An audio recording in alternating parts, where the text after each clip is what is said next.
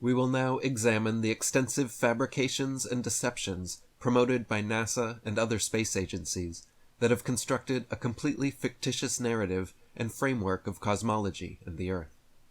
The first moon landing event occurred on July 20th, 1969, when NASA's Apollo 11 mission allegedly landed astronauts Neil Armstrong and Buzz Aldrin on the lunar surface, while Michael Collins orbited above in the command module. The official story states that Neil Armstrong became the first human to step onto the moon, followed by Buzz Aldrin. Let us first explore the significant events and key figures that contributed to the inaugural moon landing and subsequent developments. We will then address many concerns regarding the authenticity of this historical event. This will sharpen our discernment and help expose this elaborate psyop that, as of recording this, diverts into itself an astonishing $72 million per day in taxpayer funding. Soon after their historic mission, all 3 astronauts of Apollo 11 resigned. The image from their first television press conference below captures their somber expressions and reflects the overall atmosphere of this mysterious interview.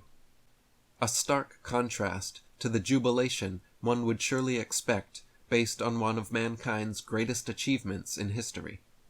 The astronauts' reluctant replies and uneasy behavior, coupled with an atmosphere that many perceive as incredulous, render the interview quite a mystery, resembling a calamity rather than a celebration of 3 men brimming with pride and enthusiasm. James Webb, NASA's top official, unexpectedly resigned just days before the first Apollo mission launched. This departure was unexplained, and came at a time when he was on the verge of witnessing what would have been the pinnacle of his professional career. An interesting photograph from 1965 shows NASA's George Mueller, on the right, visiting the MGM studio, where film producer Stanley Kubrick, second from the right, was preparing to shoot the famous space movie 2001: A Space Odyssey. Also visible in the photograph are Arthur C. Clarke in the middle, a British science fiction writer, and Professor Teofilo Tabanera of the Argentine Space Concession following behind. Many find this photograph to further assert a studio-based moon landing. All original Apollo 11 slow-scan television tapes, which allegedly contained the raw footage and telemetry data of the 1969 moon landing, remain entirely lost to this day. Even more suspicious, NASA later erased and recorded over other key tapes that allegedly held the original high-quality video recordings of the moonwalk, citing a supposed shortage of magnetic tapes during the 1970s and 1980s. With its substantial resources and government backing, how could NASA face difficulties in procuring magnetic tapes to safeguard the epic footage of their first lunar voyage? The loss of such critical historical material is all the more perplexing. Surely, public or private entities could have even donated magnetic tapes to preserve this historic achievement. Many publicly available photos, allegedly taken from the lunar surface, intentionally obscure the true source of light, rendering it completely blocked out from view. This consistent pattern, where a strong light source is present in almost all similar photographs, clearly obscures the true origin of the illumination, whether it is truly the sun or artificial stage lighting. This deliberate obfuscation fuels further speculation about the actual source of light in these photographs. We also find instances where an astronaut's suit is brightly lit, even though it is on the side opposite from the sun and completely shadowed by the lunar module. This discrepancy raises questions about how the rear side of the lunar lander and the astronaut can appear fully illuminated while also being fully engulfed in the lander's shadow, given that the sun is the only light source that should be on the moon. Another obvious example of the presence of multiple light sources in these photographs is evidenced by the extreme difference in shadow directions. The significantly divergent shadow directions cannot be simply attributed to an optical illusion of perspective, as many NASA supporters posit, especially to the degree of divergence we see. Another highly scrutinized aspect of the 1969 lunar module's descent onto the Moon's surface is the complete absence of a blast crater or any disturbance beneath its landing site.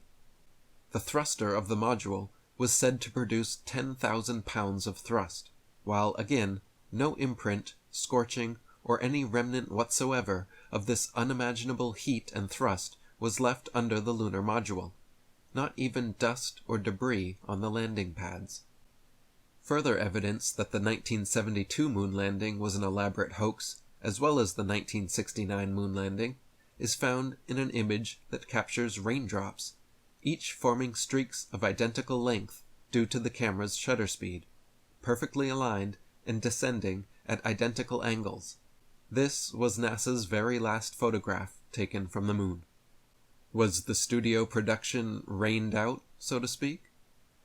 As many are aware, an endless multitude of collective evidence could be presented to challenge the authenticity of the moon landings, yet such an in-depth analysis lies beyond the scope of our overall goal. The moon landing controversy alone would span numerous volumes, given the extensive information available and all of the skeptical hindsight we have accumulated up to modern day. A leaked videotape from the Apollo 11 mission shows the 3 astronauts using the command module's circular window to fabricate false images of a spherical Earth. They also used a sheet of paper to create the illusion of a terminator line, which marks the division between night and day. By darkening the cabin lights, the exterior walls of the window mimicked the blackness of space, thus producing the illusion of a spherical Earth captured from a distance. The astronauts captured only a small portion of the Earth through the circular window, where clouds mingled with land, producing these misleading images. Recordings of their communications with Mission Control discuss, quote, refining the realism of images in post-production. Most important, the command module's circular window was deliberately used to crop more of the Earth's surface from view. These deceptively cropped images imply that more of the Earth was not captured outside of the circular window. Consider the implications here. We have been taught that Earth is spherical, but a complete, unobstructed image of Earth was never captured from the command module. Instead, what we see is only a partial view of Earth, framed by the command module's circular window, and artificially enhanced with a simulated terminator line to increase realism. Many public images that purport to show the Earth from the Moon's surface have been exposed as fallacious composites, created by superimposing falsely produced photographs of a spherical Earth onto separate photographs of a lunar surface. The credibility of NASA imagery is further called into question by an interview with NASA's senior program analyst who is responsible for creating Blue Marble 2.0. Robert Simon states that complete photographs of Earth do not exist. What we see are digitally crafted composites. He further adds, it is photoshopped, but it has to be. Images of Earth are constructed using datasets, multiple strips of satellite images pieced together to produce what appears to be a realistic depiction of Earth. This further solidifies doubts about the authenticity of photographic evidence from the Apollo 11 mission. How can we place any real trust in these images, or any others, when NASA's own senior program analyst admits that there are no complete photographs of the Earth? The Telegraph, on August 29, 2009, reported, curators at Amsterdam's Rijksmuseum, where the rock has attracted tens of thousands of visitors each year, discovered that the lunar rock, valued at 308,000 pounds, was in fact petrified wood. The rock was given to Willem Dries, a former Dutch leader, during a global tour by Neil Armstrong, Michael Collins, and Edwin Buzz Aldrin, following their moon mission 50 years ago. NASA gave moon rocks to more than 100 countries following lunar missions in 1969 and the 1970s. The United States Embassy in The Hague is carrying out an investigation into the affair. Are you aware that every NASA rocket launch in history follows an arcing trajectory curving back down toward the vast expanse of the ocean, rather than actually ascending into space? To date, no space agency has ever presented video evidence of a rocket ascending in a continued vertical trajectory beyond low Earth orbit and into deep space.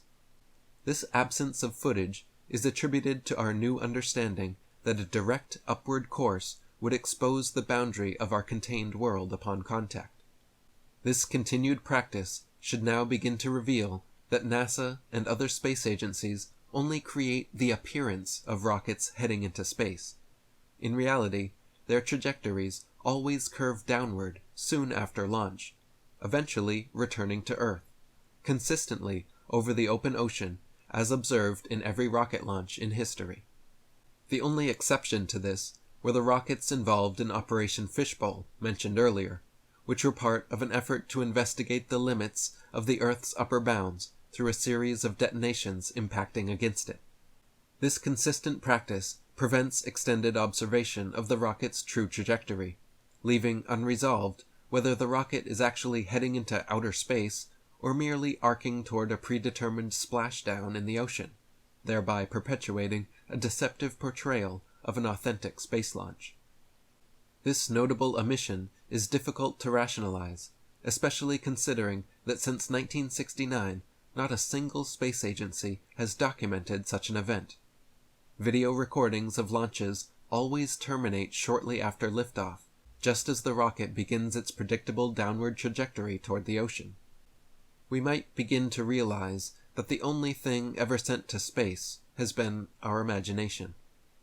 Throughout the history of space exploration, the release of an uninterrupted video capturing a rocket's complete ascent into space could have decisively demonstrated that no physical barrier hinders access to space. Such evidence would have dispelled any notion that rockets are merely returning to restricted ocean areas as part of a deceptive act. This oversight is as hard to believe as an architect designing a skyscraper without including elevators, a fundamental element inexplicably absent from the records of space exploration and rocket launch history. The behavior of amateur rockets as they ascend to higher altitudes is both remarkable and significant to our discussion, particularly as they demonstrate clear interactions with this upper boundary in question. Unlike rockets launched by NASA and other space agencies, which always follow a deliberate arcing trajectory back toward the Earth, amateur rockets ascend directly upward. In 2014, Go Fast Sports launched a rocket that broke world records for altitude and speed. Intriguingly, the rocket abruptly halted at 73.1 miles in altitude, as if caught in quicksand, without any explosion or visible damage. This sudden stop clearly revealed an interaction with an unseen boundary. Surprisingly, the rocket was neither destroyed nor visibly damaged, and successfully reached an orbital phase. In 2017, SpaceX's Falcon 9 rocket grazed along a mysterious upper layer, creating an effect similar to gliding on a liquid surface, complete with visible ripples and waves. The following images document the event, displaying a trail that resembles rippling water streaming behind the rocket. This visual phenomenon manifests upon contact with the mysterious boundary, showing no prior signs of this effect before impact. NASA astronaut Don Pettit in 2016 stated, "I'd go to the moon in a nanosecond. The problem is, we don't have the technology to do that anymore. We used to, but we destroyed that technology, and it's a painful process to build it back again." How can we reasonably accept that more than 50 years after the last moon landings in 1972, the technology from a far less advanced era is now beyond recovery? Displayed here is a series of official NASA Earth images spanning from 1972 to 2015. These images display several noticeable inconsistencies, including variations in the sizes of continents. When viewed in color at high resolution on NASA's website, they strikingly resemble cartoons. In countless video interviews, allegedly from the International Space Station, female astronauts are clearly seen to have their hair rigidly set, presumably by hairspray, as it springs back to its original position with each movement of their head. This lack of natural free-flowing movement stands in contrast to what one would anticipate in an authentic zero-gravity setting of space. Despite several rigorous head movements, the astronaut's hair snaps back to its original position from the start of the interview, as if it were on springs, instead of drifting freely as one would surely anticipate in the zero-gravity environment of space. Why would there be a need to orchestrate such an effect when untethered, free-floating hair would naturally occur in a low-gravity setting? If stray hair were a practical concern, simple solutions such as wearing a NASA-branded hat or tying the hair back in a bun or ponytail would suffice. Instead, NASA constructs the illusion of a weightless environment in a way that is so unconvincing even a child would question its authenticity.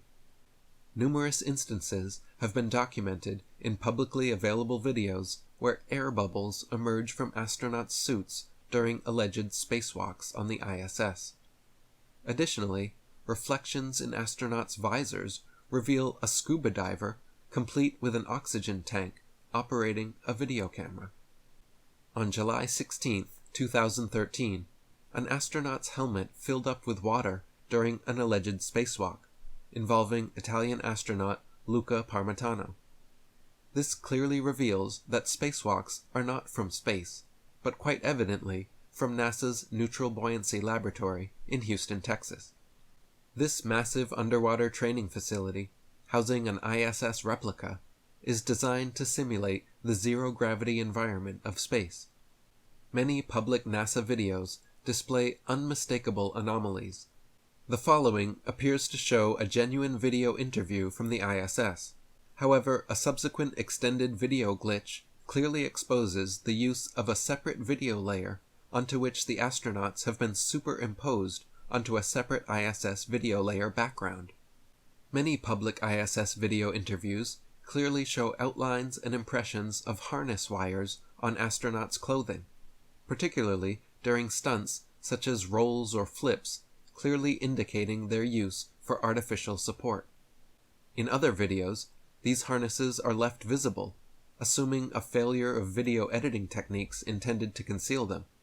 While our low-resolution images may not clearly reveal these details, the abundance of online videos makes the deception unmistakably evident. On August 23, 2023, India supposedly landed on the moon. As expected, the public only sees the initial launch footage from this significant lunar mission. Live coverage was immediately discontinued moments thereafter. This again demonstrates that, to this day, there is no continuous video documentation available of any journey to the moon, even in our most modern technological era in history. Incredible video footage that would have captivated audiences worldwide remains mysteriously unreleased. Subsequently, the only photographic or video representations of the lunar lander and command module released later to the public, and not live, were poorly produced computer-generated images of merely cartoon quality at best. Accompanying these were low-resolution and dubious short video clips showing the module hovering over the moon, characterized by unsteady and very poor frame rates.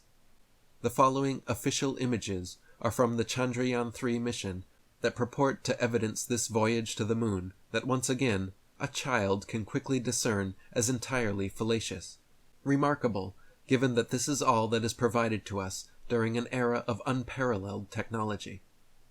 In January 2019 and June 2024, the Chinese Space Agency allegedly landed their probes on the moon. For both of these missions, the public was only shown the launch, with no subsequent video footage of the journey to the moon or images of the Earth during the ascent into space. Given China's status as a technology powerhouse, the absence of visual documentation and coverage from these missions is confounding. The only visuals provided were generic scenes from a mission control room filled with applause. All available images and videos, including those purporting to show the lunar lander on the moon, are of such poor computer-generated quality that even the least discerning eye can quickly recognize their inauthenticity. The few images provided that depict the moon's surface lack any semblance of authenticity, even at first glance. Can we finally confront the reality of our blind and trusting acquiescence to such deceitful fabrications? We have become too complacent, settling for the absolute minimum, a fleeting headline, the sight of a rocket climbing the sky, and a handful of dubious images alleged as evidence. This is an affront to the public's intelligence, and their entitlement as taxpayers to an acceptable level of proof of such alleged monumental space endeavors. Could our enchantment with the concept of outer space play a part, fueled by dreams of moon bases and interstellar tourism? Is it the allure of space exploration, amplified by the science fiction of Hollywood, that has us so blindly trusting to believe such sparse evidence without innate skepticism? The topic of extraterrestrial life and unidentified flying objects is so vast and multifaceted that it could be the focus of innumerable volumes. Public fascination with aliens and UFOs surged in the mid-20th century, notably with events such as the Roswell, New Mexico incident and the mysteries surrounding Area 51. This surge was rather timely, coinciding perfectly with the dawn of space exploration.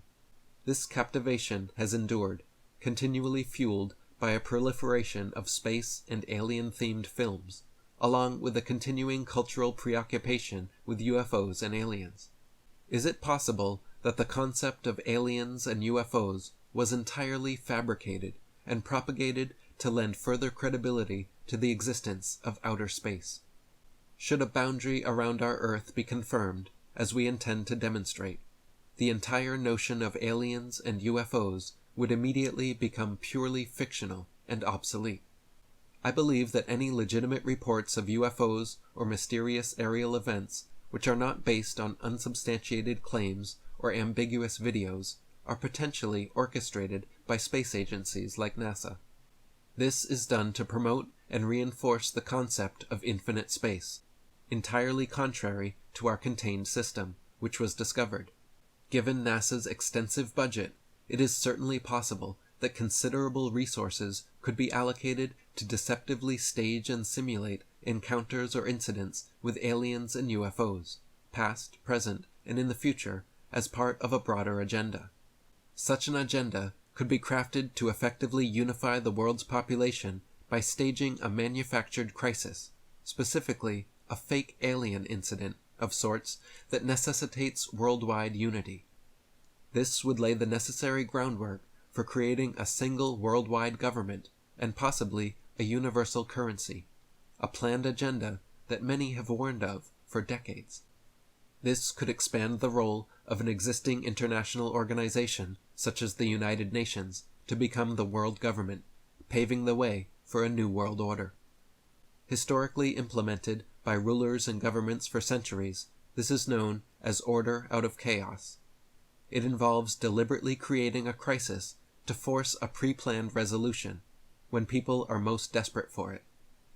This agenda might not be as hard to imagine, given that the Latin phrase novus ordo seclorum, new order of the ages, has long been inscribed on the US $1 bill, quite synonymous to say the least.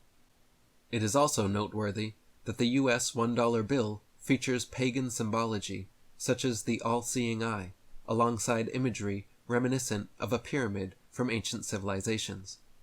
What connection could possibly exist between the United States, ancient pagan cultures, and the all-seeing eye that continues to persist on the US $1 bill to this day? When will we acknowledge the growing evidence of a grand and carefully crafted deception? To what extent are we willing to ignore our intuition, logic, common sense, and reason merely to conform to popular consensus, go with the flow, or avoid confronting internal conflicts and thereby deny deeper truths? It should become clear that the concept of outer space has been entirely fabricated with a discernible motive.